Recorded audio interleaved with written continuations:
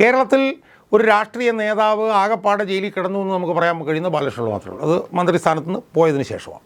നമ്മൾ അഖിലേന്ത്യാ തലത്തിൽ നോക്കിക്കഴിഞ്ഞാൽ രാഹുൽ ഗാന്ധിയെ കൺവിക്റ്റ് ചെയ്തു, പക്ഷേ അത് നിയമവിരുദ്ധമായിരുന്നു. ലാലു പ്രസാദ് യാദവ് ഡിസ്ക്വാളിഫൈ ചെയ്യപ്പെട്ടു, ജയിലിൽ പോയി. ജയലളിത ഡിസ്ക്വാളിഫൈ ചെയ്യപ്പെട്ടു, ജയിലിലേക്ക് പോയി. അങ്ങനെ പലരുടെയും ഉദാഹരണങ്ങൾ നമുക്ക് കാണാൻ പറ്റും. മനസ്സിലായി.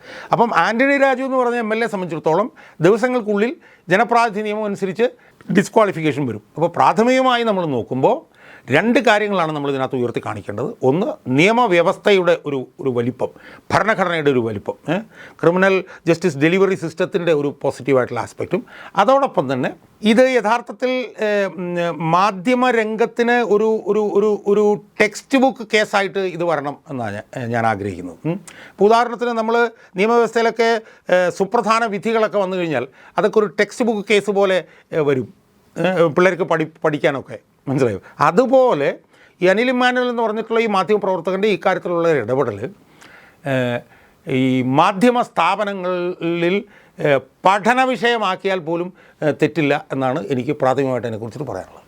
നമ്മളിപ്പോൾ നോക്കുകയാണെങ്കിൽ ആന്റണി രാജു LDFന്റെ ഒരു പ്രധാന നേതാവാണ്. ഇപ്പോൾ ശിക്ഷിക്കപ്പെടുമ്പോൾ ആന്റണി രാജു ഉണ്ടാക്കുന്ന ഒരു പൊളിറ്റിക്കലായി CPMനും LDFനും എല്ലാകുന്ന ഒരു ദോഷമുണ്ട്. കാരണം ലഹരി കേസിലെ പ്രതിയെ രക്ഷിച്ചതിനാണ് ശിക്ഷിക്കപ്പെടുന്നത്. അത് നിയമസഭാ തെരഞ്ഞെടുപ്പ് അടുത്തിരിക്കുന്ന ഘട്ടത്തിൽ LDFന്റെ സാധ്യതകളെ എങ്ങനെ ബാധിക്കും എന്നുള്ളതാണ്. അതായത് ഈ പറഞ്ഞ പോലെ ഈ പണ്ടേ കഷണ്ടി പിന്നെ കഷണ്ടിയുടെ മുകളിൽ കല്ലുമല എന്ന് പറഞ്ഞതുപോലെ ഇത് വരുന്നതിന് മുമ്പ് തന്നെ ഏതാണ്ട് വയറ് നിറഞ്ഞിരിക്കുന്ന ഒരു ഘട്ടത്തിൽ ശ്രീത്ത് പറഞ്ഞതുപോലെ ഒരാൾ ശിക്ഷിക്കപ്പെടുന്നു എന്നുള്ളതല്ല, അതിൽ ലഹരി കേസിനാണ് ശിക്ഷിക്കപ്പെടുന്നത്. ഇതിനകത്ത് ഇനിയിപ്പോൾ ഒരു ന്യായവും ഇതിനകത്ത് പറയാനില്ല. കാരണം ഇത് ഹൈക്കോടതിയിൽ പോയി, ഹൈക്കോടതിയിൽ നിന്ന് സുപ്രീം കോടതിയിൽ പോയി, സുപ്രീം കോടതിയിൽ നിന്ന് താഴത്തെ കോർട്ടിൽ വന്നു അവിടെ. അപ്പോൾ ഇതിനകത്ത് ഇനിയിപ്പം ഓപ്ഷൻ എന്ന് പറഞ്ഞ സാധനം ഇല്ല.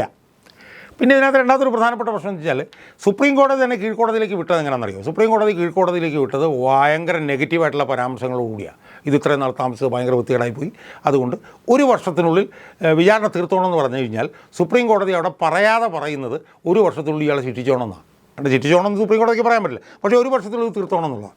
അപ്പോൾ അതുകൊണ്ട് തന്നെ ഈ ഗോവിന്ദനും പിണറായി വിജയനൊക്കെ പറയുന്നത് പോലെ ഈ പത്മകുമാറിൻ്റെ കാര്യത്തിൽ കുറ്റപത്രം കൊടുക്കുമ്പോൾ പറയാം എന്ന് പറഞ്ഞ പോലെയൊന്നും ഈ ആൻ്റണി രാജുവിൻ്റെ കാര്യത്തിൽ പറയാൻ പറ്റില്ല.